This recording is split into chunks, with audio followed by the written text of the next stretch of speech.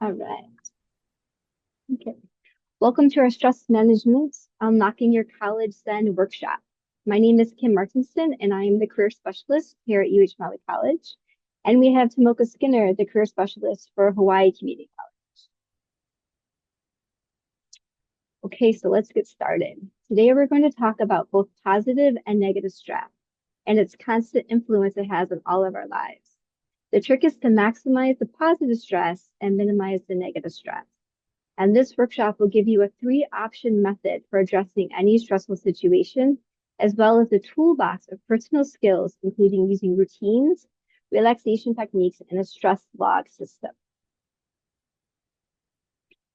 Okay, so research has constantly demonstrated that when clear goals are associated with learning, it occurs more easily and rapidly. So with this in mind, let's review our goals for today. At the end of this workshop, you should be able to identify the best approach to a stressful situation, understand what lifestyle elements you can change to reduce stress, use environmental and physical relaxation techniques, better coping with major events, and use a stress log to identify stressors and create a plan to reduce or eliminate them. Okay, so to break up our modules in this presentation, we'll have some quotes for you to reflect on. Our first quote is, adopting the right attitude can convert a negative stress into a positive one. Hans Selye. Okay, so understanding stress. To begin, let's look at what stress is. We'll also explore how stress can be both negative and positive, and we'll look at a AAA approach that will form the basis of this workshop.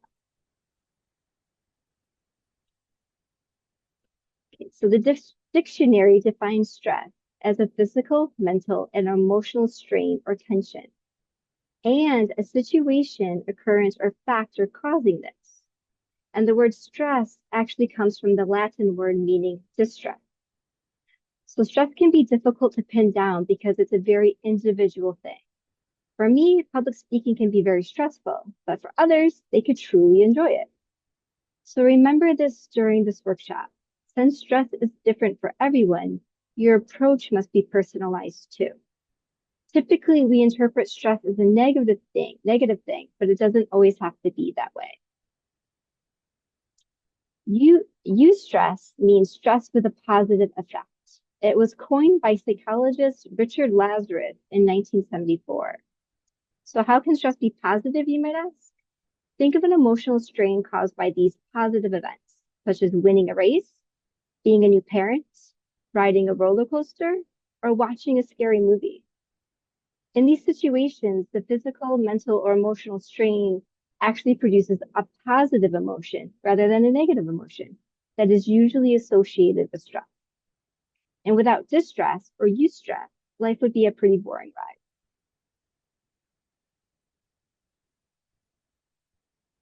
Okay, so understanding the AAA approach. In this workshop, we'll give you 3 main ways to approach stress. It is important to remember that you have a choice, and you could choose to alter the situation or your approach to it, avoid the situation, or accept the situation. But before we explore this approach, however, let's look at the foundation of a low stress lifestyle. Okay, so we're also going to break up these modules with a few Q&A slides. So please type in the chat box what you think the answer is. Which of these could be defined as eustress? Is it A, losing sleep, B, interviewing for a job, C, missing a deadline, or D, winning a race? Just type in the chat what you think it is. Awesome. That's the D's, which is correct. Think of an emotional strain which is caused by a positive event, such as winning a race. Okay, next question. Which of these is the definition of stress? A, a fit of laughter, B, a job well done, C, a physical, mental, or emotional strain, or D, a new pup. Okay, awesome, lots of C's. So the Random House Dictionary defines stress as physical, mental, or emotional strain or tension. Okay. Last question. Since stress is different for everyone, your approach must be A, harsh, B, personalized, C, sneaky, or D, fast? Yes, B, awesome. Remember, because everybody's so different, your approach must be personalized too. Okay, another quote. We are all juggling so many balls. Differentiate between glass balls and rubber balls, and don't be afraid to drop the rubber balls. Catherine Cunningham. Okay, Auntie Jumoko. Okay, so creating a stress-reducing lifestyle. To begin, let's explore the foundation of a positive, low-stress lifestyle. This foundation is made up of three building blocks: diet, sleep, and exercise. No stress reduction program will be successful in the long term unless you have this third three solid foundation. Hey, eating properly. Many people rely on fast food and frozen meals even though they know what they should eat. The CDC estimates that less than a quarter of adults get their recommended servings of fruits and vegetables daily. A healthy diet is crucial for managing stress as it provides the energy needed to cope with its effects. Diet changes should be lifestyle oriented with small, realistic goals. For example, try eating a piece of fruit daily or swapping a burger for a salad.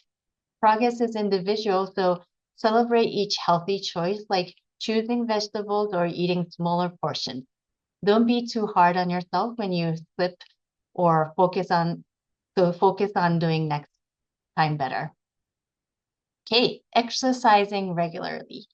Finding time to take care of our bodies can be hard, but exercise is important for reducing stress. Here's how it helps. It makes you stronger and more resilient to stress. It helps you clear your mind and reduces stress. It lets you release negative emotions like anger and frustration. It gives you time to think through stressful situations. You can exercise for 30 minutes a day or 3 to 5 1-hour sessions each week. Try to find activities you enjoy. If you're struggling to find time, here are some tips. Take a walk during lunch, walk or bike to work or school, use the stairs instead of the elevator. We don't have much elevators in Hilo. Do quick exercises during TV commercial breaks. Stand while talking on the phone. Remember, diet, sleep, and exercise are lifestyle changes. Start slow, build habits, stay positive, and you'll succeed. Okay, sleeping well. Sleep is a key part of a healthy lifestyle, but many struggle to get enough. A recent poll showed 43% of adults sleep well almost every night, and 25% a few nights a week.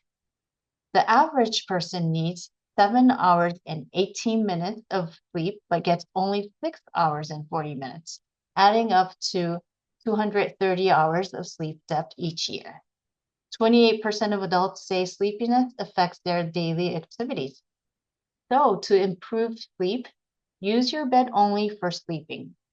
Make your bedroom comfortable, quiet, and dark. Keep a consistent bedtime and wake up time. Develop a relaxing bedtime routine like tea or stretching.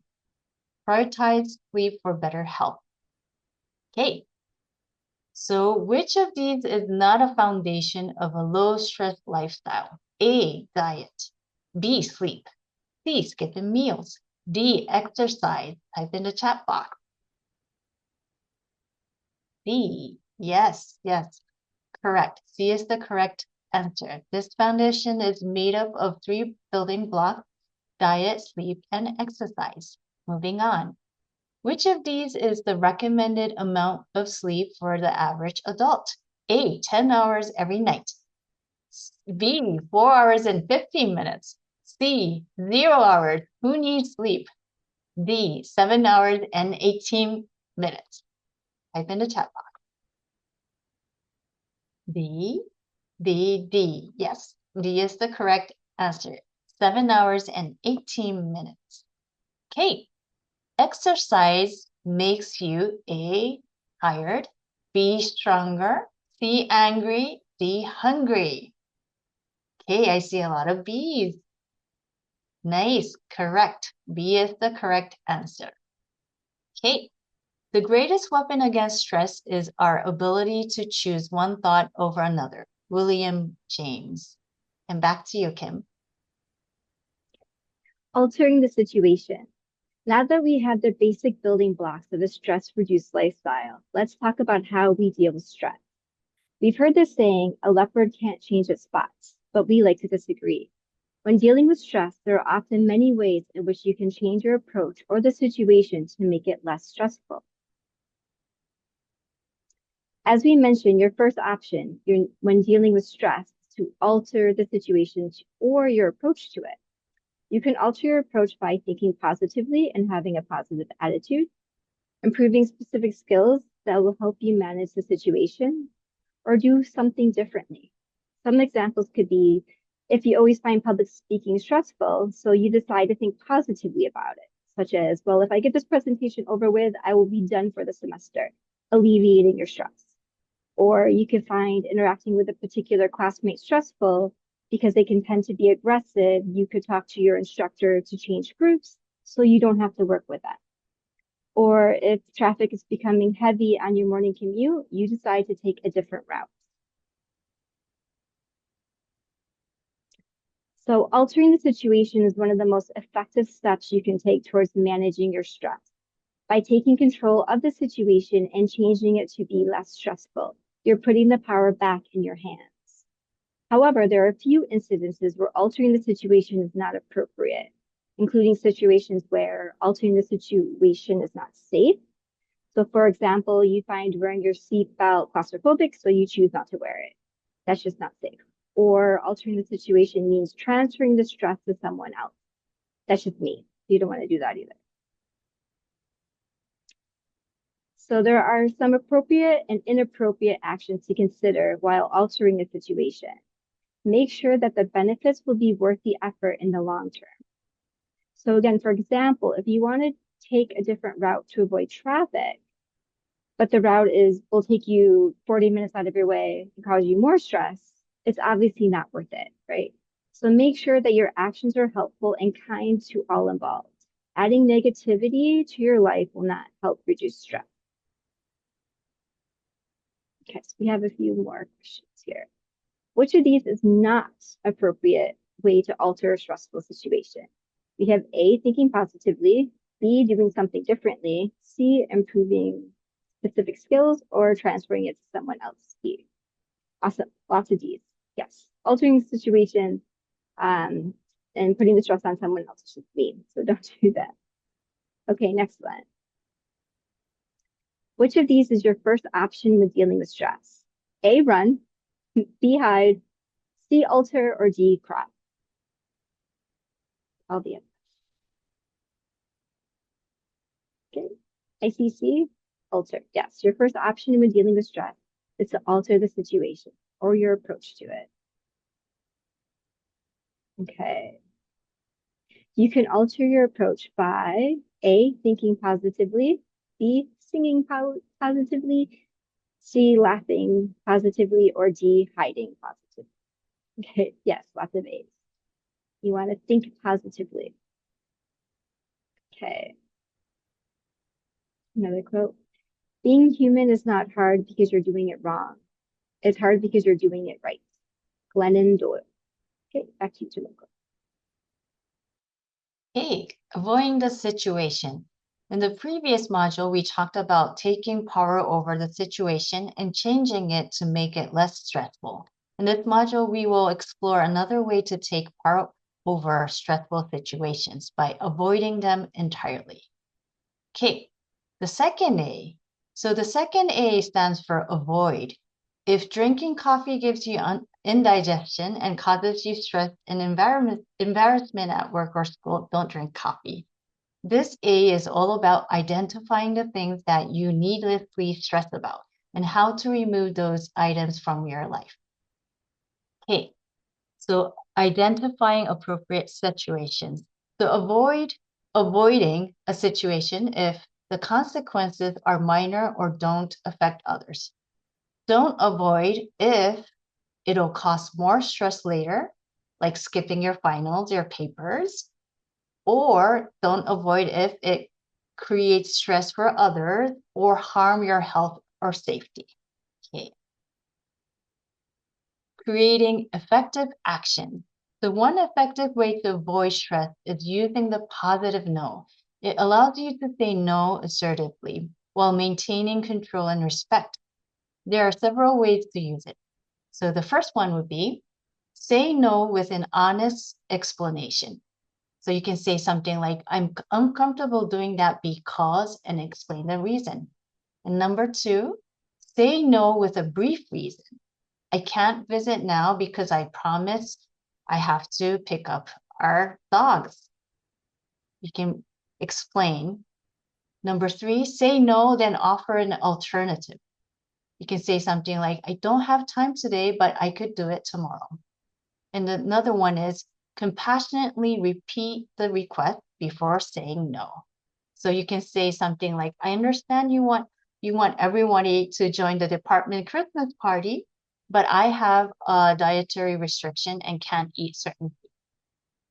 Another one would be for situations with aggressive people, I'll provide a clear repeated refusal. I understand how you feel, but I will not and explain how you feel. So stay focused on avoiding getting sidetracked. Okay. Question. The second A is all about A, avoiding, B, identifying, C, helping, D, quitting the things that you needlessly stress about. Okay. Type in the chat box. The second A is all about, yes, correct. Which of these is a way to take power over a stressful situation? A, let the work pile up for later. B, pass it off to someone else. C, only do enough to make it look good. D, avoid it if it's appropriate. Okay, see these. D, C, and D. B, C, and D. Thank you. Okay, the correct answer is D. Another way to take power over stressful situations by avoiding them entirely. Okay, which of these is a positive tool you can use to avoid a stressful situation? A, hiding under your desk. B, sleeping less. C, dumping the work on someone else. D, using the positive no. A, B, A, and D. Yes. Yes, I like A too. Okay, D is the correct answer. Okay. When we change our perception, we gain control. Greg Anderson. Okay, back to you, Kim. Accepting the situation. Benjamin Franklin once said, in this world, nothing can be certain except death and taxes. Our final A will help us cope with those things that cannot be changed. Our third A will help us deal with those things in life that need to be done, even though they are unpleasant. Accepting the situation as it is and being as positive as possible about it is what the third A is all about. You can even use some of the principles from the first A to alter your attitude and make the situation a little less stressful. Some examples could include going to the dentist, taking a turn presenting a team project instead of passing it off to someone else, or submitting your final paper. Identifying appropriate situation. Accepting the situation is appropriate when the task must be done eventually. Avoiding or altering it would cause additional stress to you or another person. And then accepting the situation is not appropriate when you're doing so just to please others. Avoiding or altering it would reduce your stress more than accepting it, or you're accepting it because you feel you have no choice. Some people feel that accepting stressful situations and living through them makes them powerless. This is not true. With this module, you are choosing to accept the situation rather than to alter or avoid it. Often, having the power of choice can reduce stress greatly. Another tactic that can help you accept a situation is positive thinking, as discussed in the first day, or identify the benefits of accepting the situation. Earlier, we used the example of taking a turn presenting a team project instead of passing it off to someone else. If you went ahead and presented the team project, you can gain many things from it, including respect from your managers or coworkers or classmates, self-respect, and more confidence and experience when speaking in public. Okay, some questions. Which of these is not appropriate time to accept the situation? A, the task must be done eventually. B, you're doing so just to please others. C, avoiding it would cause stress to another person. Or D, visiting an unpleasant neighbor. What do you think? Okay, yes. It's B, accepting the situation is not appropriate when doing so just to please others. So this is not appropriate time to accept the situation. Okay, next question. Some people feel that accepting stressful situations and living through them makes them A, respected, B, altered, C, confident, or D, powerless. What do you think? What do you guys think? Okay, yes, D. Some people feel that accepting a stressful situation and living through them makes them powerless. That's not the case. Another quote. It's not stress that kills us. It's our reaction to it. Han Selly. Okay, so now we're going to talk about using routines to reduce stress. Routines allow us to systematize the unchanging elements of our life so that you can spend your energy on more worthwhile projects. By planning meals in advance and having a system for chores and using a to-do list, you can run a more efficient environment and have fewer things to worry about. Okay, so planning meals. I have some ideas how to make proper meals part of your household. So one example is take an hour on the weekend to plan and create your grocery list, go shopping. Just make sure you include everybody in your household. And then in the grocery store, stay away or stay around the outer perimeter where the fresh fruit, vegetables, and meat and dairy is usually kept. This will keep you away from the frozen and processed foods that's usually held in the middle. You can try experimenting with slow cookers. They are inexpensive to purchase and they typically use inexpensive ingredients. And they enable you to have supper ready as soon as you get home. Another thing you can do is theme nights like tacos or personal pizza. This is a great way to custom individual meals and encourage family members to try new things. By planning meals in advance, you'll accomplish two things. You will reduce your stress during the week as meals will already be planned, and you'll eat better and feel better. Okay, next is organizing housework, which is everybody's favorite. It's also helpful to build routines around your housework. And most people do not look forward to cleaning, but they enjoy the benefits of a clean house. So here are a few tips in organizing your chores. Separate your chores by creating a cleaning schedule. Create a daily and a weekly schedule to help you from wasting your time. Separate chores by rooms and create a checklist of everything that needs to be cleaned in one room. And then it's important to try to clean one room at a time. Distraction is a chore killer.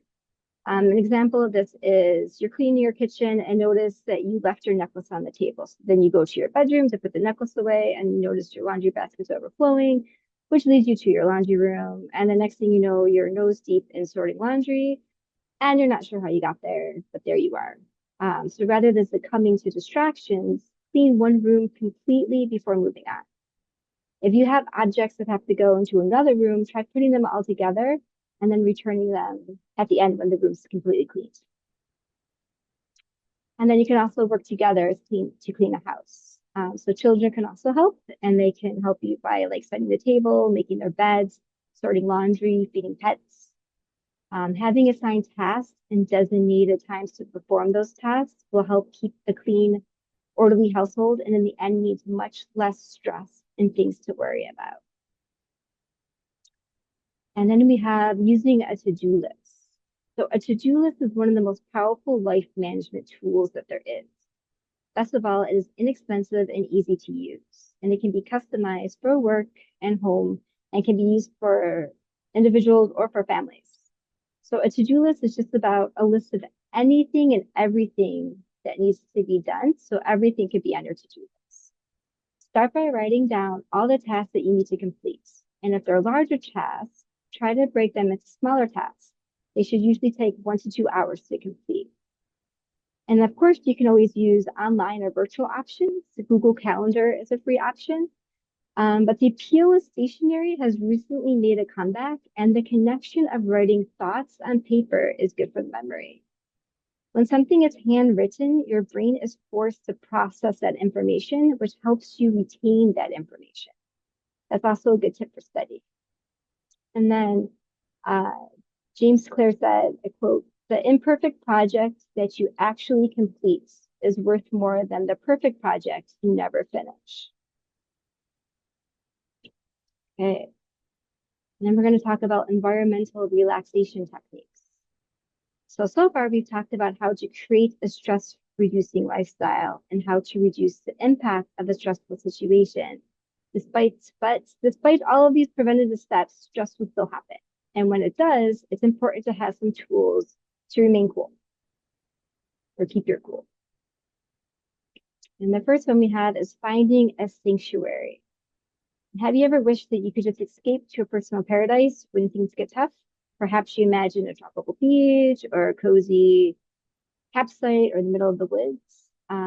Although escapism isn't a good plan for the long term, having a mental place to escape to and regroup can be a very useful tool. So to create your personal sanctuary, start by thinking of your favorite place. It could be anywhere, a tropical island, a snowy mountain, an exotic jungle, wherever you feel most relaxed and safe. And now you want to start to use your senses to capture all of the elements of your sanctuary. So, what do you see? What does it smell like? What does it taste like? So, for example, you might be able to taste the salt in the air if you're by the beach. How does this place make you feel? What textures do you associate with this place? What sounds are you hearing? Feel free to create a physical sanctuary by writing down your observations. You could draw a picture or even tucking away a physical piece of it, such as like a rock or a picture if you've been there. You can keep it on you or in your desk so you can pull it out when you're feeling stressed. And another tool is using music. So music can be a great soother for the soul. And experts believe that the rhythm has a powerful effect on our bodies. If you need to relax, try listening to some calming music such as jazz or classical. Even nature sounds are a great way to transport you to another place and give you time to unwind and regroup after a stressful situation. And then music with an upbeat tempo can help you kind of get back into the groove and up your mood. And if you're musically inclined, playing an instrument or singing can relieve a ton of physical and mental tension. And if you're not musically inclined, put on your favorite song and sing along to it, and we guarantee it'll make you feel better. And then we have seeing the humor. So humor is another great stress reliever, and it's been scientifically proven to have that having a good belly laugh lowers blood pressure, reduces hormones created by stress, and gives the immune system a boost, and creates a sense of well-being and happiness. So remember these points when using humor as a stress relief. You could read a funny joke, be a great way to make you laugh, or you could keep a humorous calendar in your cubicle. This is a good way to laugh at hand, especially if it's like a page a day type. Just make sure that it's appropriate and permitted in your office. And then seeing the humor in a stressful situation can be difficult, but it can also help you put things in perspective. So try to imagine how the situation might appear from outside or how you might see it down the road. And then sharing a laugh with friends and family is a good pick-me-up. When sharing jokes at work or school, be sensitive to others and make sure that what you're sharing is appropriate. Okay. It says, I have never in my life envied a human being who led an easy life. I have envied a great many people who led difficult lives and led them well. Theodore Roosevelt. Okay. Back to you, Timogos. Okay. So physical relaxation techniques. stress can cause many physical side effects, including muscle tension, headaches, high blood pressure, insomnia, depression, obesity, digestive problems, increased susceptibility to illness, increased risk of heart attack and stroke. And these effects increase the longer you're stressed and the higher your stress level. So having some ways to reduce the effects of stress on your body and mind is very important. Okay, so we have a couple of tips for you. Here are some of the soothing stretches can help relieve physical tension caused by stress. And these can be done several times a day to prevent muscle tightness. So always consult a doctor before starting a new physical activities if you have a health concern. So the first one is neck roll. So you can follow us and do it together. So drop your chin to your chest and then slowly roll your head to the left, back, and right, and return to the center. And you can repeat in the opposite direction. To the right, back, left, and to the center. And we also have the shoulder shrug. So shrug your shoulders forward and up, up, and then roll them back and down and relax. And then do the other way, repeat and reverse. Shrug your shoulders towards the back, front, and down. Okay, the next one is side stretch. So just like the picture on the screen, with one hand on your hip and the other overhead. So you can go like this. And hold. And then return to the center and repeat on the other side. Okay. And the last one is the lumbar stretch. Place your hand on your lower back, arch gently, and hold. You're gonna arch back. Or is it the front? I'm not sure. And then you can repeat 3 times. Okay. The key to these exercises is to do them slowly and regularly. They are also very effective when combined with deep breathing, which just happens to be our next topic. Okay, deep breathing. So deep breathing is an excellent relaxation tool that can be adapted for almost any situation. It also has some physical benefits, including reduction in blood pressure, muscle tension, and boost in metabolism, clearing of mind, boost in endorphins, our natural painkillers. So in stressful situations, deep breathing helps you stay calm and reduce stress. The basic technique is simple. Breathe in slowly through your nose and then exhale through your mouth. As you practice, you can breathe longer. Try counting to 10 to 20 seconds per breath. And one useful technique is a box breathing technique, which we will cover next. Okay, I'm going to show you guys a short video. There are times when we all experience feelings of stress or anxiety. In these moments, you can use your breath to help calm those feelings. Box breathing is a simple relaxation technique that can help you reset your breath and return to its normal rhythm. You can do it anywhere, anytime. Box breathing can help reduce stress and improve mood. It can also help with controlling and managing emotions. It's very easy to learn. Imagine breathing around a box. Inhale as you visualize going up one side of the box, gradually filling your lungs with air. When you reach the top, hold your breath for 1 to 5 seconds as you picture going across the top of the box. Exhale gradually as you imagine traveling down the other side of the box. Pause again for 1 to 5 seconds as you go along the bottom of the box. Then repeat. This can be done 7 to 10 times in a row, focusing on the breath. If you can do it sitting down with your feet grounded, that will help too.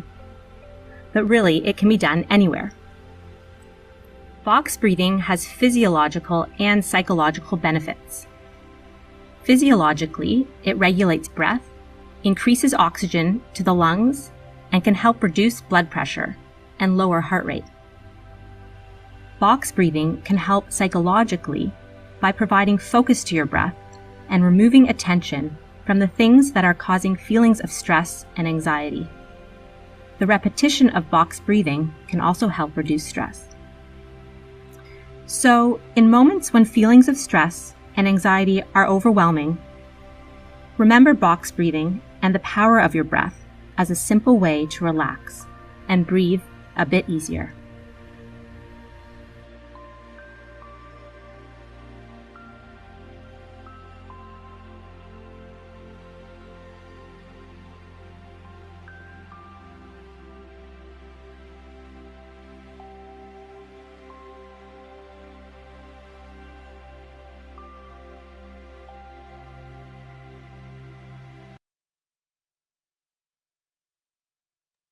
Okay, so that was box breathing. And then we're going to move on to tensing and relaxing. So believe it or not, intentionally creating tension is a relaxation technique, as long as you remember to relax afterwards. So try this. So bunch your hands up into fists as tight as possible. Now slowly let your fingers roll out. Feel the tension evaporate from your hands and fingers. Try it again, slower. Okay, for maximum effect, deep breathe while tensing and relaxing. And you can try this with almost any part of your body. And here are some examples. You can do it with your eyes. You can do it with your toes. You're gonna curl your toes towards your shins and release. Or you can do that with your entire face. You're gonna make a big frown and then smile. And another one is you're gonna tense your ab as tight as you can and relax.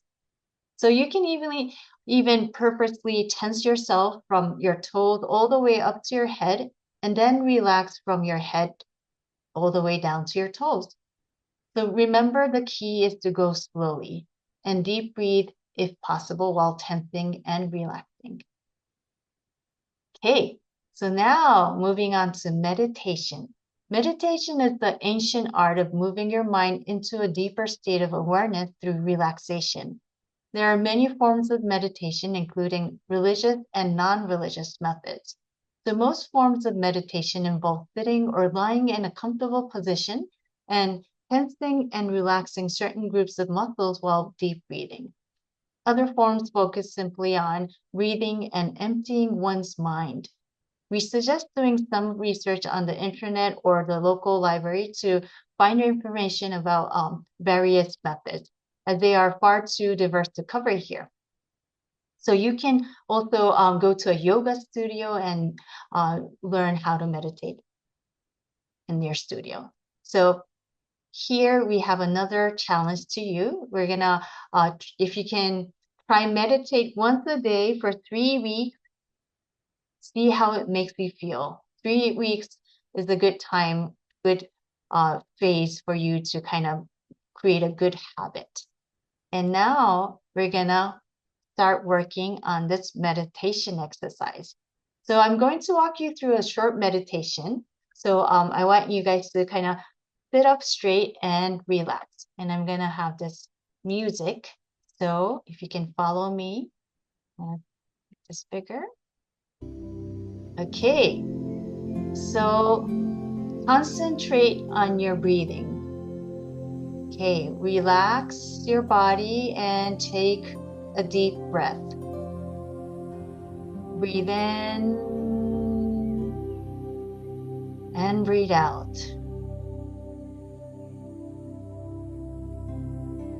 Breathe in and gently close your eyes. Breathe out. Continue to breathe at your own pace. As you breathe in, Imagine a white light entering through the top of your head. Allow this light to flow into your crown, moving through you and around you like a gentle rain shower.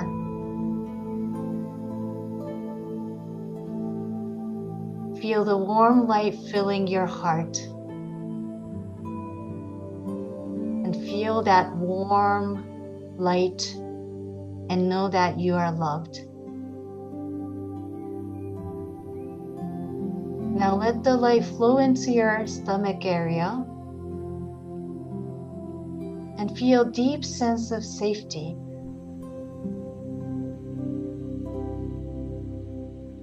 Let all worries, negative self-talk, and unwanted thoughts melt away and disappear.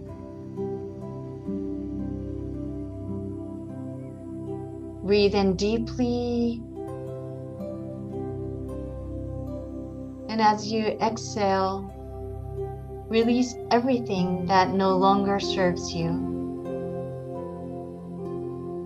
Let it all go. Wash it away.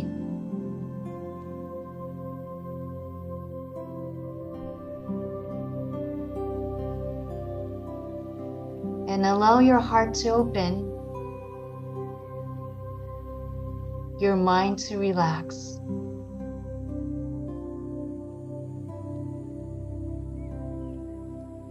Feel this white light cleansing your mind, body, and soul.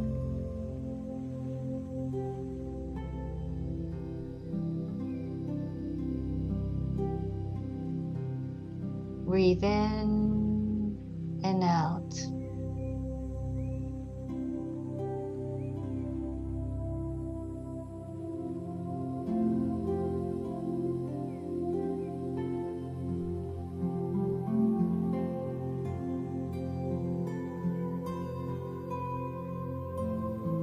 Take a few more deep breaths at your own pace.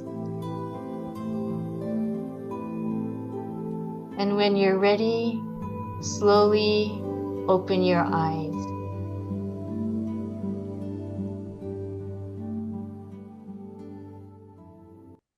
Okay, so you can practice this meditation first thing in the morning and during a lunch break or between classes or work break to reset and find peace.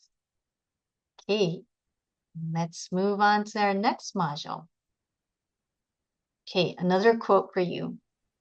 Recognize that you are who you are because everything in your life happened in exactly the way and exactly the order it has.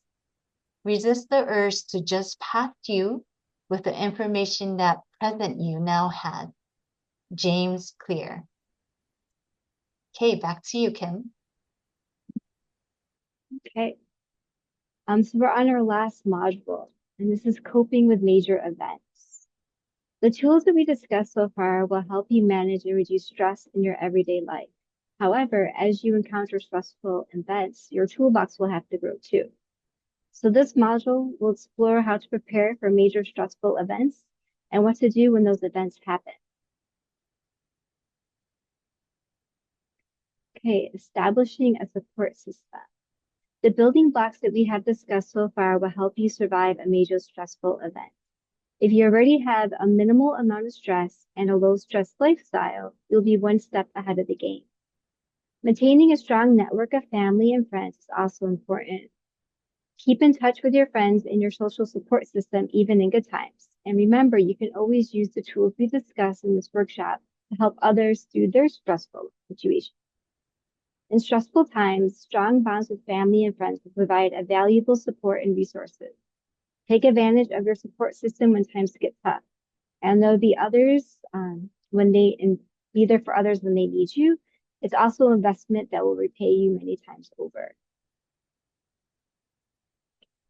Okay, creating a plan. When a stressful situation arises, or if you don't, if you can't anticipate a stressful event, creating a plan can give you a much needed sense of control. With a plan, you can feel like you're at least a little bit on top of things and you have the power over the situation. Often people find that making a list and planning, so even if it's for the short term, restores a bit of order and control into their life. Things to include could be, how can I maintain a healthy lifestyle, such as the appropriate amounts of diet, sleep, and exercise during this period? What changes will I need to make in my lifestyle, or what routines might help me during this period, or what routines I might need to change? How you might be able to use the AAA approach to handle the situation? What relaxation techniques might be appropriate to try to use? And then what support system that you can rely on. So remember, stress is very individual, and therefore your approach must be individual as well. If you simply can't find time to exercise during a stressful period, but you can only manage a 10-minute walk, accept that as your new routine. This is not the time for you to put additional pressure on yourself. And then after the stressful event is over, try to return to your normal routine as soon as possible. This will help you restore order in your life and then return your stress levels back to normal. Okay, knowing when to seek help. So despite your best efforts, some situations are just too stressful to handle on your own. And it's never a bad idea to ask for professional help with stress. And having objective third party to talk to and get feedback from can be an important part of your support system. If you're wondering where to find help, start with your school or your workplace. The college and many employers offer confidentiality assistant programs. So if your organization does not, try to look online for local mental health services or hotlines in your area.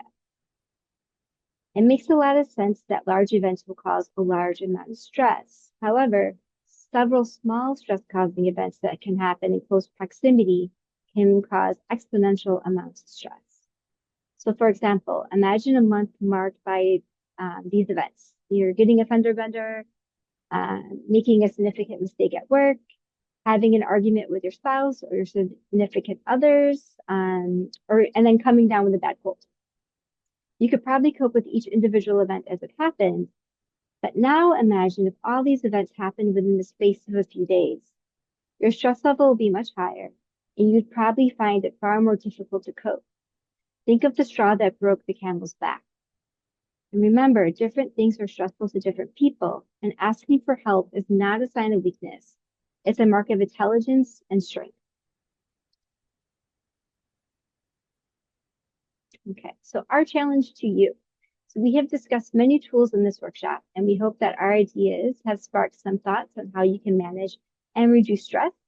However, it's hard to know how to solve a problem if you don't know what the problem really is. So in this module, we'll explore how to use the stress log system to identify, reduce, and manage stressors. Okay, so creating a stress log. A stress log can help you identify your major stressors, and it can help you identify trends in these stressors. So identifying the cause of the stress can help you reduce the number and impact of stressors in your life, and can help you manage the stress that does occur. So your stress log could include what happened, when did it happen, so like what time of the day, where did it happen? Did it happen at work, at your house, at school? And then how high was the stress level from like 1 to 10? So 1, you're not stressed. 5, you're moderately stressed. And then 10, you're close to a nervous breakdown. So you can kind of gauge 1 to 10. How did you feel when this happened? Why did this event cause you stress? What did you do about it? And then what would you like to do differently next time if this happens? We suggest that you copy this into like a 3-ring, binder or a notebook. And you can modify this that suits your needs, but you kind of want to keep some of these basics, and this will help in the next step. Okay. So the first week, this is the first stage of using a stress log, is to gather all the information. So for 7 days, fill out your stress log each time you feel stressed or anxious. And we also recommend writing a journal entry each night, summarizing the day and your stress-related feelings. So you're going to do that for the first 7 days. Okay, so week 2, when the first week is over, sit down with your journal or your notebook, whatever it is, and a blank piece of paper. And first, take a moment to write down your overall stress level based on 1 to 10 scale in your stress log. And now write down the events that cause the highest stress level. Okay, and then you're going to write down the events that cause stress most frequently. And then finally, add the event that you know are stressful, but you might not have captured into the week. Okay, so from all of this, you can identify some of your major stressors, and then you can try to create a plan for each. So some things to think about include which A, so alter, avoid, or accept, might be appropriate in dealing with the situation. How could your lifestyle changes, such as your diet, sleep, exercise, routine, might have affected or may alleviate some of the stress? What relaxation techniques could you use to help cope with some of the stress? And then what resources, such as your support system and then outside help, that could help reduce some of these stressors? And then finally, you kind of write down like what your final plan would look like. So in order to be successful, your final stress management plan should set small, achievable goals that have a reasonable time frame for completion. So week 3. So now it's time for the exciting part, putting your plan into action. So take 1 to 2 small parts of the stress management plan at a time and incorporate them into your life. So try each part for a week or 2. And if it works, make it part of your lifestyle. And if it doesn't work, make note of your effort and move on. And you want to continue incorporating these tools and habits into your life. And then once you started to develop a good stress management strategy, you can reduce and review this like once a month. Or if you find that your stress levels start to rise again, you can go back to week 1. And I know that was a lot in the stress log. So we'll actually email you a PDF of everything I kind of just said, because I know it was a lot to kind of capture. And it'll be like, it'll be kind of filled out. The template will be filled out, and then you can fill out what happened that day. And then, although this workshop is coming to a close, we hope that your journey to improving your stress management skills is just beginning. And we wish you the best of luck on the rest of your journey. And at this point, if you have any questions for us, you can unmute or you can type into the chat. And then before I forget, we have a survey that Tomoko put in the chat as well, if you wouldn't mind filling out for us. We would appreciate it. We have a YouTube channel with all of our workshop recordings. So have a wonderful week, everybody. Aloha.